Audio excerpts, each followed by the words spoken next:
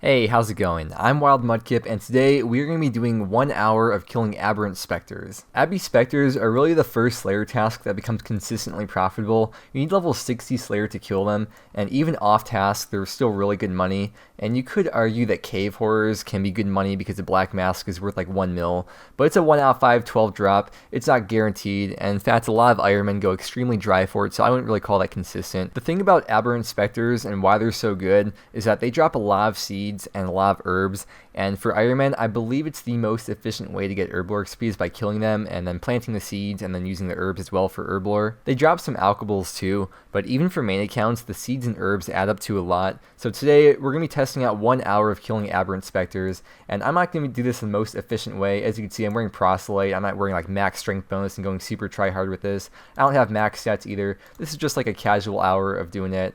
AFKing as well with the prayer potions. I don't have super combat, so I got super attack, super strength, and we don't need super defense because, you know, we're praying. And I'll be camping Pray Mage and Preserve the whole time. I'll start off by showing you the gear that I have on. So first off, we have the Slayer Helm, and you have to wear a nose peg here or else you're going to get wrecked and destroyed instantly. And the Slayer Helm has a nose peg built into it, and it has a lot more defense than a nose peg, so that's why we're wearing the Slayer Helm. We're not on task right now. Then we've got the Salve Amulet EI, and the Salve Amulet E provides a 20% accuracy and damage when doing melee against undead. The eye is an extra imbue from Nightmare Zone, which allows you to get the extra boost for range and mage as well, which we're not doing. So Salve Amulet E is going to be very important here. It does stack with Void, but because we're wearing the Slayer Helm, we can't use Void. Got Proselyte for max prayer bonus, Unholy Blessing for prayer bonus. We got the Whip, and Dragon Defender for the weapon, the defense cape because I'm a hardcore Iron Man, by the way. If I go below 10% hit points from not paying attention, which isn't going to happen, not try and jinx it, but that will save me and teleport me out. Barrow's gloves because as the time I'm recording this it is best in slot, although I know the new gloves or whatever are coming out with the Hydra boss, I think. B-Ring imbued for the strength bonus, Dragon Boots because I don't have prims, and yeah, that's what the setup is looking like, plus 22 prayer bonus. You could swap some of the stuff out for more prayer enhancing items, I suppose, or swap some stuff out for more strength bonus depending on how AFK you want this to be. And then for the inventory setup, I have 10 prayer potions, which I hope should be enough for the hour. Worst comes to worst, it's very fast to bank. They drop alkables, so I have 100 casts of high alk in the inventory.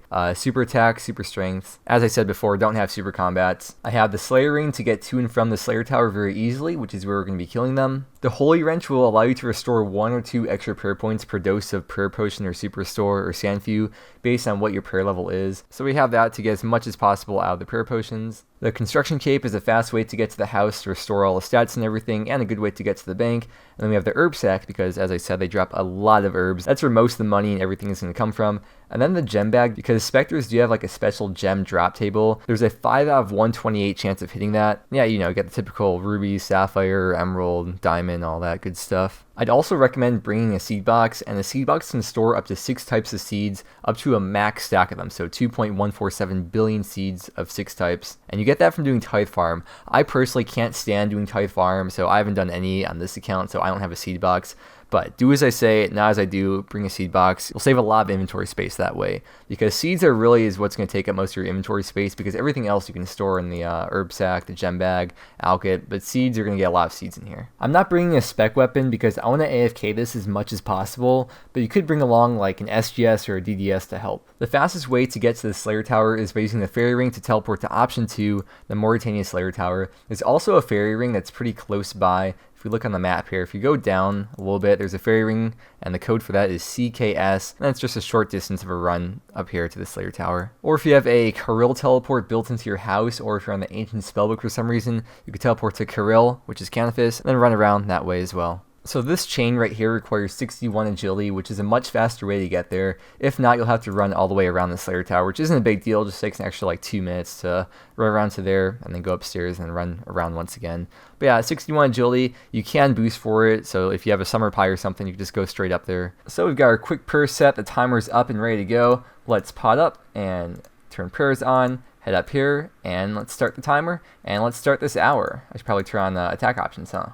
We'll also be tracking the XP as well. I reset all the XP, so we'll see how much attack and hit points XP we get. As I said, not on task, so no Slayer XP. I'm sure we could easily figure it out. Oh yeah, and by the way, they don't drop bone, so there's no reason to bring a bone crusher, and they also don't drop ensouled head, so there's no reason to bring a soul bearer. So they're not the best for prayer XP. I also should mention that you can get hard clue scrolls from killing these guys, but for the sake of the video, I won't be doing them.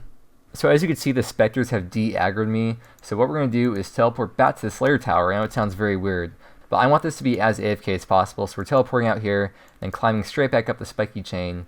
And let's restore some prayer here. I brought way too many prayer potions. Once we run back up here, they'll aggro us once again, and we are all set. We just ran out of space in the herb sack to store the guams, as you can see here. This will probably happen to you too, and the cost of the guams is so negligible, and there aren't too many uses for them. Like there's attack potions, guam tar. I guess you could make Guthix Rest from them too, but there's not that much of a use for Ironman at least, and for main accounts. The price of them isn't really worth banking for that, so I'm just not even going to bother picking up the guams from here on out, but the loot tracker will still keep track of them for us. We just ran out of space for the Marintils now in the herb sack, but once again, they're not extremely useful. The main use for Marintils is lighting the Gilded Altar in your POH, so I'm not going to bother banking. We're just going to finish up the hour. Oh man, we've got no more space for the Turbans either. We're just overflowing with herbs today. And it's looking like this is going to be the last kill for the hour. If we can do one more hit there. There we go. We have just enough prayer points too. So we went through 6 prayer potions, or I guess 6 prayer potions in 1 dose. So I brought way too many, as I said. Let's take the timer off of here. And let's check the XP per hour that we got first off. So we got about 72k attack XP, 24 hit points XP, and we did 5 alks in the hour as well. So we got a bit of magic XP from that. And now, for the numbers that you really care about, is the loot. So in the 1 hour, we made 370k GP worth of loot. If you're an Ironman and watching this, I'll hover over each of these herbs so you can see exactly what we got, and you can pause to see what kind of herb each one is, because it can be hard to tell if you're just looking at them. Especially the guam leaves and the dwarf weeds, they look very similar. And here's the seeds as well. The seeds all look the same, so I'll just hover over each of them so you can see what they are. Toadflax. We got a lot of Toadflax seeds. Toadflax for Ironman is really, really good because by doing birdhouse runs, you get so many bird's nests, because Toadflax plus bird nests equals Ceradomin brews, and Cera brews are really good for just to have them, and really good herblore XP. But let's teleport back to the bank now, and we'll see how much it costs us in supplies. We also went through like just over 1 attack potion and just over 1 super strength potion, so we're going to take that into account as well. Oh yeah, and surprisingly, we also got no gems from doing this. I was expecting at least a few. I don't know, like anything at all, but no, we got nothing, so a bit unlucky maybe in terms of gems. These are all the supplies that we went through in this 1 hour of killing specters, so let's do a price check and see what it's all worth.